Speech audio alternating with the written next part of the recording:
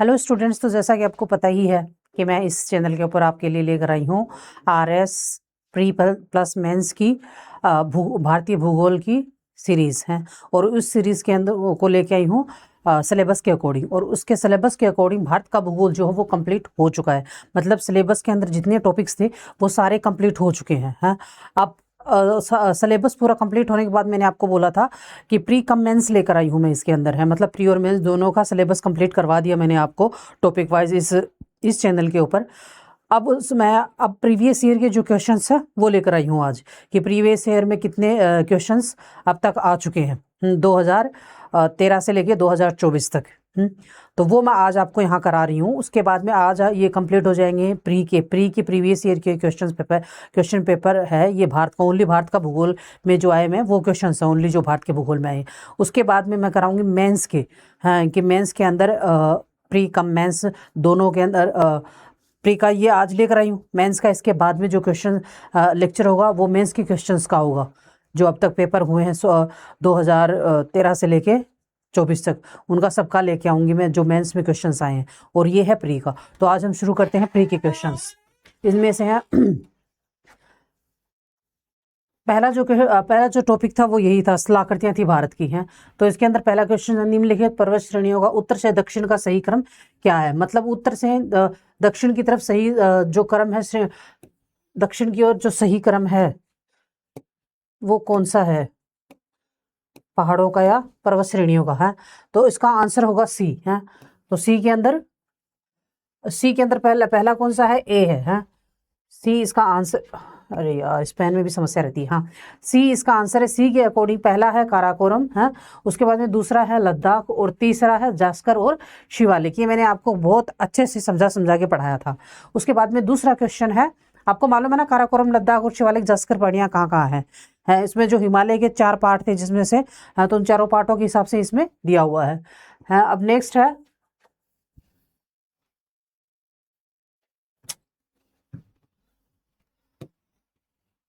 हाँ next question, डोडा बेट्टा चोटी स्थित है। डोडा बेट्टी जो चोटी जो वो कहाँ स्थित है, ये है अन्नामलाई पहाड़ियों में है, नीलगिरी पहाड़ियों में, विंध्याचल श्रेणी में है, या सतपुड़ा श्रेणियों में।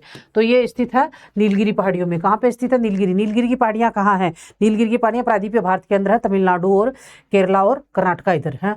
नेक्स्ट है, निम्न में से कौन सी पर्वतीय चोटी पूर्वी घाट में अवस्थित नहीं है।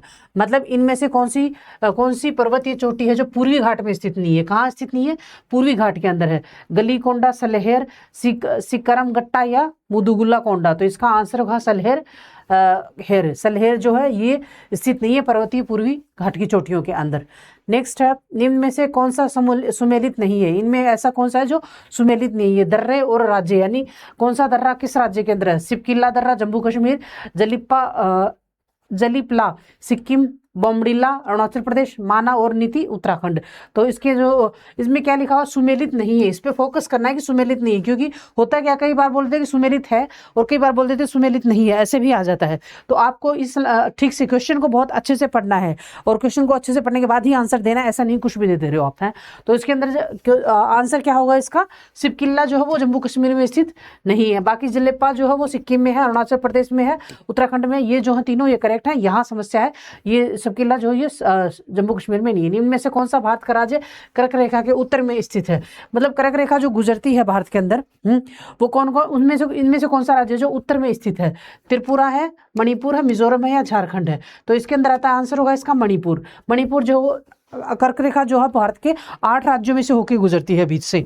हिसाब से देखा जाए तो कर्क रेखा भारत को 2 भागों में बांट देती है, उत्तरी भारत और दक्षिणी भारत। उस हिसाब से भी आप उसको देख सकते हो। तो इसके अंदर मणिपुर जो है वो उत्तर में स्थित है कर्क रेखा के। ये जो स्टेट दिए हुए, इसके अलावा अगर और कोई स्टेट होता तो वो जो स्टेट दिए होते उसके अकॉर्डिंग हम आंसर ढूंढते। नेक्स्ट है, भारत का सबसे अधिक विस्तृत भू आकृति प्रदेश कौन सा है। विस्तृत भू आकृति प्रदेश कौन सा, दक्षिणी पठार है, उत्तरी मैदान है, उत्तरी पर्वत है, उत्तरीय प्रदेश है। मतलब ये जो 4 दिए हुए हैं ना, हमें आंसर सिर्फ इनके अंदर से ढूंढना है। अगर इसके अलावा और दिया होता तो हम उस पर सोचते। तो यहाँ क्वेश्चन क्या है, विस्तृत भू आकृति प्रदेश कौन सा है। तो इनमें से आंसर होगा दक्षिण का पठार। अरे यार पेनों में भारी समझ,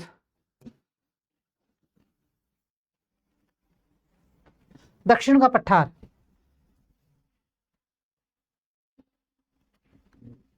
निम्न में से एक केंद्र शासित क्षेत्र नहीं है। इनमें से कौन सा है जो केंद्र शासित प्रदेश नहीं है? दमनदीप है, लक्षद्वीप है, पांडिचेरी है। ये जो है ये राज्य है। कौन सा राज्य? उत्तर। ये देखो आगे में ये भी लिखा हुआ है कि कब कब आए हुए हैं ये सबके, तो ये इतना तो आप खुद भी ध्यान दे सकते हो कि कौन सा क्वेश्चन कौन से पेपर में आया है। कौन सा राज्य उत्तर पूर्वी राज्यों की 7 बहनों का भाग नहीं है? यानी जो 7 सिस्टर्स है इनमें से कौन सा है जो उसका हिस्सा नहीं है? मेघालय, पश्चिम बंगाल, अरुणाचल प्रदेश या त्रिपुरा? तो इसमें से आएगा पश्चिम बंगाल। कौन से भारतीय राज्य की अधिकतम सीमा म्यांमार से स्पर्श करती है? तो इसका आंसर क्या होगा? मणिपुर, अरुणाचल प्रदेश, मिजोरम या नागालैंड? तो इसका आंसर होगा अरुणाचल प्रदेश। मणिपुर का अधिकांश धरातल है कैसा है? मतलब मणिपुर का अधिकांश धरातल मैदानी है, पठारी है, दलदली है, पर्वतीय है? तो मणिपुर जो है उसका जो अधिकतर है हिस्सा वो पर्वतीय है। झारखंड राज्य की स्थापना किस वर्ष में हुई थी? ना 1998, 1999, 2000, 2001। तो झारखंड की स्थापना 2000 में हुई थी। भारत में सबसे प्राचीन पर्वत श्रृंखला कौन सी है? अरावली, विंध्यन, सतपुड़ा या हिमालय? तो अरावली जो है आपको पता है मैंने बजा बजा के बोला हुआ है। टॉपिक्स देखो, ये जो क्वेश्चन है ना सारे के सारे मैंने जितना सिलेबस में टॉपिक में कराए हैं सारे करवा रखे हैं। अच्छे से बजा बजा के बोल रही हूँ मैं हर क्वेश्चन को। है तमिलनाडु आंध्र प्रदेश के तट का नाम क्या कहलाता है? तमिलनाडु और आंध्र प्रदेश का जो तट है उसका नाम क्या है? कोरोमंडल तट, मालाबार उत्तरी सरकार या कोंकण तट? तो इसका आंसर होगा कोरोमंडल तट। फिर तमिलनाडु में शरदकालीन वर्षा अधिकांशतः जिन कारणों से होती है वे कौन से? मतलब तमिलनाडु के अंदर किस वजह से सर्दी के अंदर वर्षा होती है? तो पश्चिमी विक्षोभ की वजह से, दक्षिणी पश्चिमी मानसून की वजह से, उत्तर पूर्वी मानसून की वजह से या दक्षिणी पूर्वी मानसून की वजह से? तो इसका आंसर होगा तमिलनाडु में शरदकालीन वर्षा। उत्तर पूर्वी मानसून की वजह से। पश्चिमी विक्षोभ जो उठता है, आप लोग सोचो कि इसका आंसर पश्चिमी विक्षोभ, पश्चिमी विक्षोभ जो उठ के आता है उसके बाद में उत्तर पूर्वी मानसून से जो आती है हवाएं उनकी वजह से होती है। मतलब पश्चिमी विक्षोभ जब ऊपर होता है तब तक उत्तर पूर्वी मानसून की उत्तर पूर्वी जो है वो ही शाखाएं नीचे आती है उतरती है, तो उसकी वजह से होता है। सूची 1 को सूची 2 से सुमेलित कीजिए तथा नीचे दिए गए गुट की सहायता से सही उत्तर चयन कीजिए। सूची 1 को सूची 2 से करना है। सूची 1 सहायक नदी राप्ती, तीस्ता, नर्मदा, डी हिरण।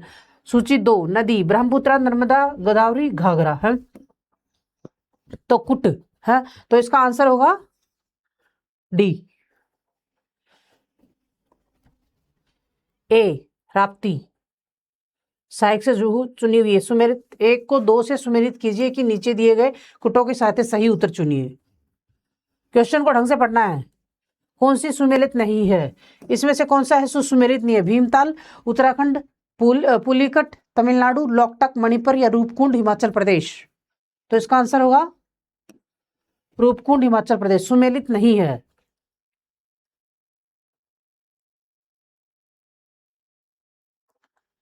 सूची 1 को सूची 2 से सुमेलित कीजिए तथा नीचे दिए हुए कुट के अनुसार सही उत्तर का चयन कीजिए। नदी और सहायक नदियां, गोदावरी की नदी, महानदी, दामोदर, कावेरी। इसकी सहायक नदी कौन सी है? भवानी, पैनगंगा, शिवनाग, शिवनाथ और बाराकर। है तो इसका आंसर क्या होगा? इसका आंसर होगा बी, ए का दूसरा। गोदावरी, पैनगंगा, उसके बाद में महानदी, शिवनाथ, उसके बाद में दामोदर, बाराकर, उसके बाद में कावेरी, भवानी। निम्न वक्तव्यों पर विचार कर सही उत्तर का चयन कीजिए। हिमालय से निकलने वाली नदियां सतत वाहिनी है। हिमालय नदियों का उद्गम स्रोत हिमालय में स्थित है। कुट, ये 2015 में आया है। ए और आर दोनों सही हैं एवं आर ए की सही व्याख्या करता है। ए और आर दोनों सही हैं एवं आर ए की सही व्याख्या नहीं करता है। तो इसका आंसर क्या होगा बताओ? ये है ए और आर, तो इसका आंसर होगा ए। कोपिली किसकी सहायक नदी है? ये कपिली नदी है। ये किसकी सहायक नदी है? वह नदी कौन सी जिसकी ये सहायक है? ब्रह्मपुत्र, गंडक, कोसी, गंगा। इसका आंसर है ब्रह्मपुत्र, इनकी नहीं है। गोदावरी नदी के तट पर स्थित महाजनपद था अवंती, वत्स, अश्मक और कंबोज। गोदावरी नदी के तट पर स्थित महाजनपद अश्मक था। इसका आंसर ये होगा। भारत कृषि, मतलब ये कृषि जो टॉपिक से हैं टॉपिकों के नाम दिए हुए हैं कि कौन से टॉपिक जो है उसके अंदर से कौन सा क्वेश्चन गिना है। मैंने ऐसे डलवाया है कि टॉपिक वाइज, ताकि ये भी पता लग जाए कि अब तक जितने भी क्वेश्चंस आए हैं वो कौन कौन से टॉपिक से ज़्यादा आए हैं, ताकि आपको ये पता लग जाए कि इन टॉपिकों से क्वेश्चन पढ़ते हैं तो आप उस हिसाब से फिर उस टॉपिक पर ज़्यादा फोकस दोगे। इसीलिए मैंने जितने भी question previous year question paper में आए हैं उनको टॉपिक वाइज डिवाइड किया है कि हाँ इस टॉपिक के अंदर सही क्वेश्चन उठाए गए हैं, ताकि वो अब तक आपको आइडिया लग जाए कि हाँ इन्हीं टॉपिकों से ज़्यादा क्वेश्चंस आते हैं। हाँ, तो इसमें नीचे दिए गए प्रश्नों में कथन तथा दो अभिधारणाएं ए और बी दी गई, इनमें से सही विकल्प को चुनिए। मिट्टी में पोषक तत्वों की पूर्ति के क्रम यह आवश्यक है कि प्रत्येक दूसरी ऋतु में अलग प्रकार की फसलों को उगाना चाहिए। अभिधारणाएं, एक फसल उसी खेती में कभी भी दूसरी बार नहीं उगाई जा सकती। यदि लगातार ऋतु में अलग अलग प्रकार की फसल उगाई जाती है तो मिट्टी में किसी भी प्रकार के अतिरिक्त पोषक तत्वों जैसे खाद को मिलाने की बिल्कुल भी आवश्यकता नहीं रहती है। इसका आंसर होगा डी। ना तो अभिधारणा ओ फैस्ट और न ही अभिधारणा 3 अंतर्निहित है। वर्ष 2021-22 में देश के कुल बाजार उत्पादन में राजस्थान का योगदान था। मतलब 2021-22 में देश के कुल बाजरा उत्पादन में, बाजार नहीं बाजरा उत्पादन राजस्थान का योगदान कितना था? तो राजस्थान का योगदान था 38.98, क्योंकि जो मिलेट जो अनाज होते हैं उसके लिए फेमस है राजस्थान, तो उसमें कितना उत्पादन था? तो 38.98% था। कौन सा सुमेलित नहीं है इनमें से? स्थानांतरण कृषि राज्य है, स्थानांतरित कृषि, इसमें सुमेलित कौन सा नहीं है? पोंडू ओडिशा, मासा हिमाचल प्रदेश, केरल पोन्नम केरल, झूम असम। तो इसमें मासा ये वाला जो है ये हिमाचल प्रदेश में ये मैच नहीं करता, इसमें सुमेलित नहीं है। विषुवतरेखीय प्रदेश के उच्च भूमि क्षेत्र किस प्रकार की खेती के लिए उपयुक्त है? विषुवतरेखीय प्रदेश की उच्च भूमि क्षेत्र किस प्रकार की खेती के लिए उपयुक्त है? तो बागानी कृषि के लिए, आर्द्रतर कृषि के लिए, शुष्क कृषि के लिए, व्यापारिक कृषि के लिए। तो इसका आंसर होगा बागानी कृषि के लिए। देश के कुल चावल उत्पादन के प्रतिशत के अनुसार चावल उत्पादित राज्यों का अवरोही क्रम में सही अनुक्रम लिखिए। मतलब कौन कौन से चावल उत्पादक राज्य हैं जो अवरोही क्रम में हमें उनका क्रमांक लिखना है? पश्चिम बंगाल, आंध्र प्रदेश, उत्तर प्रदेश एवं पंजाब। आंध्र प्रदेश, पश्चिम बंगाल, पंजाब और उत्तर प्रदेश। उत्तर प्रदेश, आंध्र प्रदेश एवं पश्चिम बंगाल, पंजाब, उत्तर प्रदेश, पश्चिम बंगाल एवं आंध्र प्रदेश। तो इसका आंसर सही होगा ये वाला, पश्चिम बंगाल, आंध्र प्रदेश, उत्तर प्रदेश एवं पंजाब। फिर है केरल राज्य विश्व भर में निम्न में से किसके संवर्धन के लिए जाना जाता है? केरल जो राज्य है वो किसके संवर्धन के लिए जाना जाता है? रबड़ के लिए, गन्ना के लिए, गरम के चावल के लिए। आपको पता है जो विदेशी जो आए थे अपने देश में भी गर्म मसालों के लिए आते तो केरल के तट पर ही आते थे। भारत में मुख्य कृषि पदार्थ आयात मद है। दालें, काफी, चीनी या खाने योग्य तेल कौन से हैं? इसका आंसर होगा खाने योग्य तेल। देश में सर्वाधिक अनाज उत्पादक राज्य कौन से हैं? पंजाब, उत्तर प्रदेश, बिहार, मध्य प्रदेश। सर्वाधिक अनाज उत्पादक राज्य तो उत्तर प्रदेश। भारत का वह राज्य जो कपास, मूंगफली, नमक, दूध के उत्पादन के प्रथम स्थान के ऊपर है। महाराष्ट्र, पंजाब, राजस्थान, गुजरात। यानी जहाँ पे कपास, मूंगफली, नमक और दूध इन चारों के अंदर प्रथम स्थान के अंदर कौन सा राज्य है? तो वो है गुजरात। महाराष्ट्र, पंजाब, राजस्थान या गुजरात। तो गुजरात जो है इसका सही आंसर होगा। उसके बाद में औद्योगिक क्षेत्र जो ये वाला टॉपिक है इसके अंदर से कौन कौन से क्वेश्चन आए हैं 2024 के अंदर? कौन सा सुमेलित नहीं है? परमाणु ऊर्जा प्लॉट और राज्य। कल्पक्कम तमिलनाडु, काकरापार गुजरात है, केग्गा तमिलनाडु, नरोरा उत्तर प्रदेश। तो इसका आंसर होगा केग्गा। सूची 1 को सूची 2 से सुमेलित कीजिए तथा नीचे दिए हुए कूट के अनुसार सही उत्तर चयन कीजिए। लोह इस्पात उद्योग, भिलाई लोह एवं इस्पात उद्योग, राउरकेला लोह इस्पात उद्योग, दुर्गापुरा लोह एवं इस्पात उद्योग, पास्को इस्पात पाराद्वीप है। फिर सूची सेकंड तकनीकी सहयोग, जर्मनी। मतलब इन उद्योगों को बनाने में कौन कौन से देश ने हमारा सहयोग किया है? तो जर्मनी, रूस, दक्षिणी कोरिया, यूनाइटेड किंगडम है। तो इनको आपस में मैच करना है। मैच करने के हिसाब से आएगा, पहले में भिलाई लोह इस्पात उद्योग का होगा रूस। फिर दूसरा का क्या हुआ? इसका आंसर ये सही है। तीसरा, पहला, चौथा, यानी पहला है रूस, तीसरा रूस, फिर जर्मनी, फिर यूनाइटेड किंगडम और फिर दक्षिणी कोरिया है। इसका ये होगा है और इसका ये होगा और इसका ये होगा और इसका ये होगा। निम्नलिखित में कौन सा एक सुमेलित नहीं है? तो तत्तिपक्का आंध्र प्रदेश, ओएनजीसी, डिगबोई असम, IOAGC, ये सारे क्वेश्चंस मैंने आपको करवाए हैं। कोयली, गुजरात, HPCL, ये टॉपिक जो मैंने आपको पढ़ाए हो ना, सब में हैं इनके आंसर्स। हाँ, कहीं से कोई बाहर से क्वेश्चन नहीं आया अब तक। अब ये प्रीवियस ईयर क्वेश्चंस तो मैं अब करा रही हूँ ना, सिलेबस तो मैं पहले करा चुकी हूँ।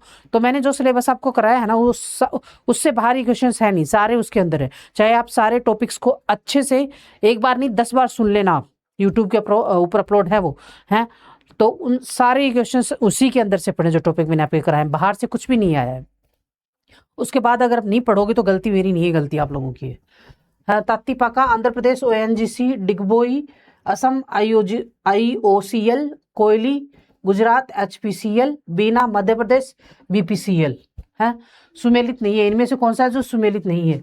तो ये है कोयली, गुजरात, HPCL, ये सही है। मतलब ये जो है वो सुमेलित नहीं है। निम्नांकित झारखंड को मानचित्र में कोयला क्षेत्रों की स्थिति 1, 2, 3, 4 प्रदर्शित की गई है। मानचित्र के नीचे दिए गए क्रम से इन्हें पहचानिए और उत्तर दीजिए। है 1, 2, 3 1, 2, 3, 4 दिख रहा है ठीक से? तो इसका अंत का डाल्टनगंज, उत्तरी कर्णपुर, ये है डाल्टनगंज, ये उत्तरी कर्णपुर, ये है बोकारो, ये है झरिया। तो इसका आंसर होगा उत्तरी कर्णपुर, डाल्टनगंज, झरिया, बोकारो। झरिया, बोकारो, उत्तरी कर्णपुर, डाल्टनगंज, बोकारो, झरिया, डाल्टनगंज, उत्तरी कर्णपुर, डाल्टनगंज, उत्तरी कर्णपुर, बोकारो, झरिया, ये सही है इसका। फिर खनिज संसाधन, खनिज संसाधन का जो टॉपिक मैंने आपको कराया है उसमें से कितने क्वेश्चंस पढ़े हैं? 2013 के अंदर सुमेलित कीजिए। लोहा एस्क जमाव और राज्य, मयूरभंज कर्नाटका, कुद्रेमुख जमाव उड़ीसा, बोलाडीला झारखंड, बोनोई श्रेणी छत्तीसगढ़। तो इनको हमको करना है मैच कि कौन सा कहाँ मैच हो रहा। तो एक का है मयूरभंज उड़ीसा, ए। उसके बाद में है कुद्रेमुख जमाव, बी। फिर है बेलाडीला, सी। फिर ये बच गया जी, डी। इसका मतलब है इसका आंसर होगा ये वाला। निम्नलिखित भारत के मानचित्र में तेल शोधनशालाओं की स्थिति 1, 2, 3, 4 से प्रदर्शित की गई है। मानचित्र के नीचे दिए गए क्रम से पहचानिए। हाँ, तो ये मुझे ही नहीं दिखा, तुम लोगों को कैसे दिखेगा? पिपेटी वाले ने क्या गुल खिलाया पता नहीं, मुझे ठीक से नहीं दिख रहा है। खैर अपन यहाँ से पढ़ते हैं। देवगढ़, जगदीशपुर, नेल्लोर, कोयली। जगदीशपुर, कोयली, देवगढ़, नेल्लोर, कोयली, देवगढ़, नेल्लोर, जगदीशपुर, नेल्लोर, कोयली, जगदीशपुर, देवगढ़। तो इसका आंसर ये होगा देवगढ़, जगदीशपुर, नेल्लोर, कोयली। में कुछ कुछ नजर आ रहा है, एक एक यहाँ पे है, चौथा यहाँ पे है, नेल्लो, कोयली। एनीवेज आंसर ये सही है इसका। लेकिन है पश्चिमी हिमालय संसाधन प्रदेश के प्रमुख संसाधन हैं। पश्चिमी हिमालय संसाधन प्रदेश के प्रमुख संसाधन कौन से हैं? वन है, धात्विक खनिज है, कार्बनिक खनिज है, आणविक खनिज है। तो पश्चिमी हिमालय संसाधन प्रदेश के प्रमुख संसाधन जो है वो वन है। फिर है छोटा नागपुर पठार जिस संसाधन से समृद्ध है वो कौन सा है? कुशल श्रमिक, खनिज, जल विद्युत या उपजाऊ मृदा। तो इसका आंसर होगा खनिज। निम्न में से खनिज संसाधनों को सर्वाधिक संपन्नता जहां है वह है सर्वाधिक संपन्नता खनिज हो। कर्नाटका में है, केरल में है, महाराष्ट्र में है या तमिलनाडु में है। तो इसका आंसर होगा कर्नाटका। निम्नलिखित में से सन 2013-14 में भारत में मैग्नीज उत्पादक राज्यों में उच्च से निम्न उत्पादन स्तर का कौन सा क्रम सही है? 2013-14 में भारत में ये आंसर आया है। 2016 के अंदर ये क्वेश्चन पड़ा है। मैग्नीज उत्पादन, किसका उत्पादन? मैग्नीज उत्पादन में तो है मध्य प्रदेश, उड़ीसा, आंध्र प्रदेश और राजस्थान। राजस्थान, उड़ीसा, मध्य प्रदेश और आंध्र प्रदेश। मध्य प्रदेश, उड़ीसा, राजस्थान है, आंध्र प्रदेश, उड़ीसा, मध्य प्रदेश, आंध्र प्रदेश और राजस्थान। तो इसका आंसर होगा ये करेक्ट, ए, मध्य प्रदेश, उड़ीसा, आंध्र प्रदेश और राजस्थान। फिर है स्वर्णिम चतुर्भुज के 4 खंड निम्न शहरों को जोड़ते हैं। दिल्ली, मुंबई, मुंबई, चेन्नई, चेन्नई, कोलकाता, कोलकाता, दिल्ली। उपयुक्त 4 खंडों की लंबाई को घटते हुए क्रम में ध्यान देते हुए निम्न दिए गए कुटों की सहायता सही उत्तर चुनिए। ओके, घटते हुए क्रम के अंदर इसका CDAB या DCBA, CDBA, DCBA है। तो इनके नाम ठीक से करो। तो पहला है C, चेन्नई, कोलकाता। उसके बाद में होगा D, Kolkata, Delhi, A, Delhi, Mumbai. Okay, घटते हुए क्रम के अंदर। तो ये सही है इसका। पूर्व पश्चिम कॉरिडोर जोड़ता है। पूर्व पश्चिम जो कॉरिडोर है वो किसको जोड़ता है? इम्फाल को अहमदाबाद से, दीमापुर को वडोदरा से, सिलचर को पोरबंदर से या गुवाहाटी को कांडला बंदरगाह से। तो इसका सही आंसर होगा सिलचर को पोरबंदर से जोड़ता है।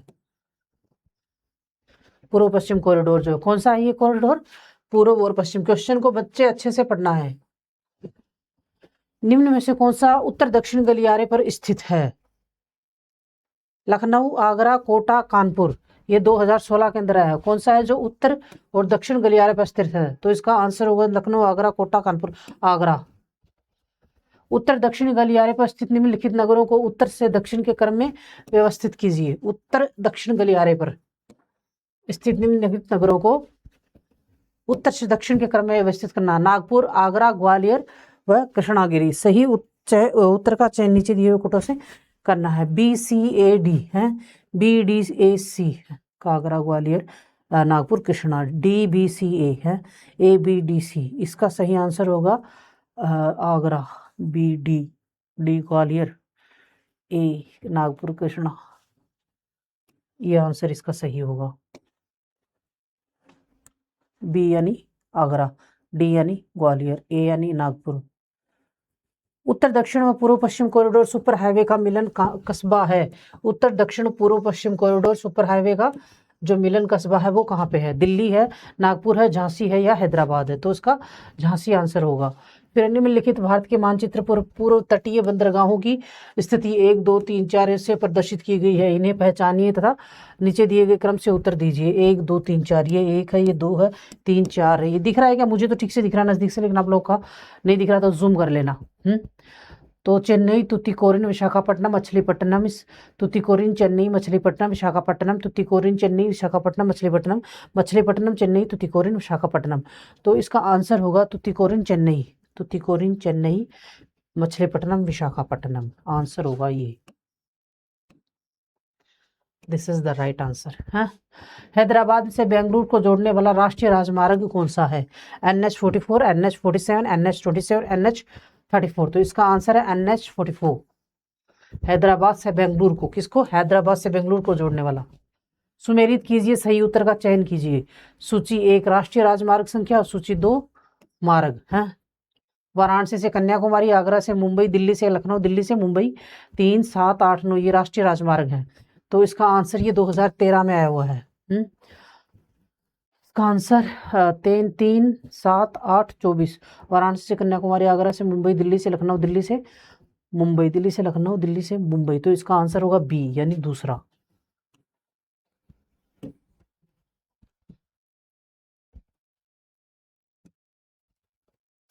इसका आंसर ये है। ए के अंदर क्या कहते हैं, ए वाला जो हो आगरा से 3 नंबर जो राष्ट्रीय राजमार्ग आगरा से मुंबई के लिए जाता है, हैं? उसके बाद में 7 नंबर जो है वो जाता है वाराणसी से कन्याकुमारी के लिए, हैं? और उसके बाद 8 नंबर जो राजमार्ग है दिल्ली से मुंबई जाता है। 24 जो है वो जाता है दिल्ली से लखनऊ के लिए। सुमेलित कीजिए, सूची 1 घाट और सूची 2 मिलाते हैं। भोर घाट, गोरम घाट, पाल घाट, धाल घाट, उदयपुर, सिरोही, जालोर, मुंबई से पुणे, नासिक से मुंबई, कोयम्बटूर से कोच्चि घाट। भोर घाट, गोरम घाट, पाल घाट व थाल घाट हैं। तो भोर घाट मुंबई से पुणे, उसके बाद उदयपुर, सिरोही, जालोर, गोरम घाट। A, B,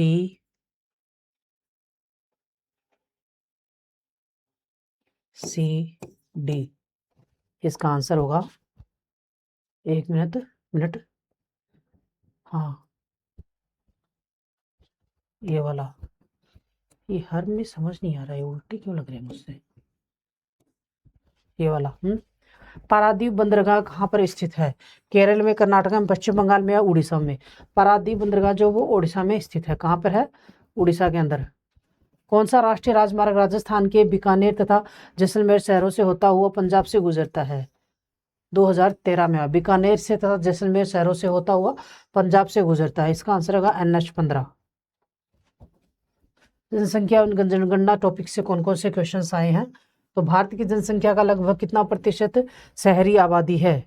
भारत की जनसंख्या उसमें से 2011 की जनगणना के अकॉर्डिंग दी हुई है, क्योंकि अभी तो जनगणना 2021 में होनी थी जो हुई ही नहीं है। अभी चल रही है, प्रेजेंट में जो चल रही है डिजिटल। हाँ, तो इसका आंसर जनसंख्या कितनी प्रतिशत जनसंख्या आबादी जो शहरों में रहती है? 27% है। भारत की कौन सी भाषा सबसे अधिक बोली जाती है? बंगाली, मराठी, उर्दू, पंजाबी। कौन सी है जो सबसे ज्यादा बोली जाती है? इनमें से जो दी हुई है ना, इनमें से लिखना है आपको, एक्स्ट्रा नहीं दिमाग लगाना है।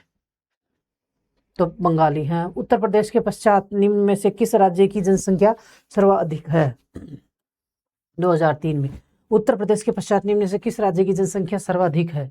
तो है महाराष्ट्र, बिहार, पश्चिम बंगाल, आंध्र प्रदेश। ये जो स्टेट्स यहाँ दिए हुए होते हैं, हमें आंसर उसी में से देना होता है, तो आंसर है महाराष्ट्र। भारत के किस राज्य में महिला साक्षरता न्यूनतम है? बिहार, उड़ीसा, राजस्थान, जम्मू कश्मीर। तो बिहार। निम्न में से किस राज्य में महिलाओं का प्रतिशत 1000 पुरुषों के पर अनुमान सबसे कम है? हरियाणा, पंजाब, राजस्थान, जम्मू कश्मीर। तो इसका आंसर होगा हरियाणा। हाँ, तो नेक्स्ट क्वेश्चन विविधता से है, मतलब इसी के अंदर से, एक मिनट। हाँ, निम्नलिखित कथनों में से कौन सा एक सही कथन है? चेन्नई में वर्षों की विषमता मुंबई से अधिक है। लौटता मानसून तमिलनाडु क्षेत्रों में वर्षा लाता है। पश्चिमी विक्षोभ भूमध्य सागर से उत्पन्न होते हैं और मानसूनी अभियान संयुक्त राज्य अमेरिका तथा भारत के संयुक्त राज्य में आयोजित है। ये जो है सही नहीं है, ये सोवियत रूस है। ये अमेरिका की जगह पे सोवियत रूस इसका नाम आएगा, इसलिए ये जो है सही नहीं है। हाँ, नेक्स्ट है, इनमें से कौन सा प्राकृतिक संसाधन गैर नवीकरणीय संसाधनों माना जाता है? इमारती लकड़ी, जीवाश्म ईंधन, सौर ऊर्जा और पवन ऊर्जा। तो इसका आंसर होगा जीवाश्म ईंधन। क्या माना जाता है? प्राकृतिक संसाधन गैर नवीकरणीय माना जाता है। उसके बाद भारत में कौन से क्षेत्र उत्तर पूर्वी मानसून से वर्षा प्राप्त करते हैं? तमिलनाडु, गुजरात, तट, दक्षिणी आंध्र प्रदेश, दक्षिण पूर्वी कर्नाटक। कौन कौन से क्षेत्र जो उत्तर पूर्वी मानसून से वर्षा प्राप्त करते हैं? तो इसका आंसर होगा ACD है। ये 2023 में आया है। भारत का कौन सा सह सांस्कृतिक घुलन केंद्र मेल्टिंग कहा जाता है? हैदराबाद, बेंगलुरु को, लखनऊ को या दिल्ली को? तो इसका आंसर होगा दिल्ली को। है ये है 2007 में आया हुआ है। उसके बाद है, विश्व के जल संसाधनों का लगभग जितना प्रतिशत भारत में उपलब्ध है वह है। मतलब विश्व का कितना प्रतिशत जितना भारत में उपलब्ध है? विश्व का, यहाँ पे बात विश्व की हो रही है, तो है 4%। 1.5, 11, 7.9। तो 4% इसका करेक्ट आंसर होगा। उसके बाद में, हाँ यही थे। तो अब तक के जितने क्वेश्चंस थे प्रीवियस ईयर क्वेश्चंस के, वो मैंने आपको यहाँ करा दिए, प्री के करवा दिए। इतने ही क्वेश्चन बन रहे हैं, 60 ही क्वेश्चन बन रहे हैं। और अब अगर 2003 के बाद में जितने पेपर्स हुए हैं ना, 2003 से 2024 तक जितने भी पेपर हुए हैं, उसके अंदर जो भारत के भूगोल के क्वेश्चंस आए थे वो इतने ही आए हैं जो मैंने अभी आपको करवा दिए हैं। और अब ये जो क्वेश्चंस हैं, ये जो मैंने अभी सिलेबस कराया उससे कहीं से भी बाहर नहीं आए हैं, उसी के अंदर से आए हैं। तो आप इससे ये आइडिया लगा सकते हो कि आरपीएससी किस टाइप के क्वेश्चंस देती है। सिंपल क्वेश्चन डाल रखे हैं, ज़्यादा कोई दिमाग यूज़ नहीं किया हुआ है, नॉर्मल से क्वेश्चन डाले हुए हैं। तो कोई रॉकेट साइंस नहीं है ये, आप आराम से कर सकते हो। मतलब कॉमन पढ़ के भी कर सकते हो, ज़्यादा दिमाग को चारों तरफ घुमाने की जरूरत नहीं, इतने सिंपल से क्वेश्चन डाले हुए हैं। और अब नेक्स्ट जो लेक्चर होगा उसके अंदर मैं लेके आऊँगी जो मेंस के क्वेश्चन डले हुए हैं अब तक। अब तक जो क्वेश्चन पेपर हुए हैं, अब तक जितने भी आरपीएससी ने पेपर कराए हैं, उनके अंदर मेंस के जो क्वेश्चन आए हैं भारत के भूगोल के, उसका जो नेक्स्ट लेक्चर में लाऊंगी वो उसी का लेके आऊँगी मैं। है तो आपको आइडिया लग जाएगा कि प्रीलिम्स में किस टाइप के क्वेश्चंस डालती है आरपीएससी और मेंस में किस टाइप के लाती है। हाँ, ताकि आप उस हिसाब से तैयारी कर लो आराम से। तो ओके, थैंक यू, मिलते हैं नेक्स्ट लेक्चर के अंदर। और हाँ, एक बात बोलना भूल गई, अगर कोई भी प्रॉब्लम है कमेंट बॉक्स में कमेंट करके आप मुझसे पूछ सकते हो, कोई समस्या की बात नहीं है। Okay, bye, thank you.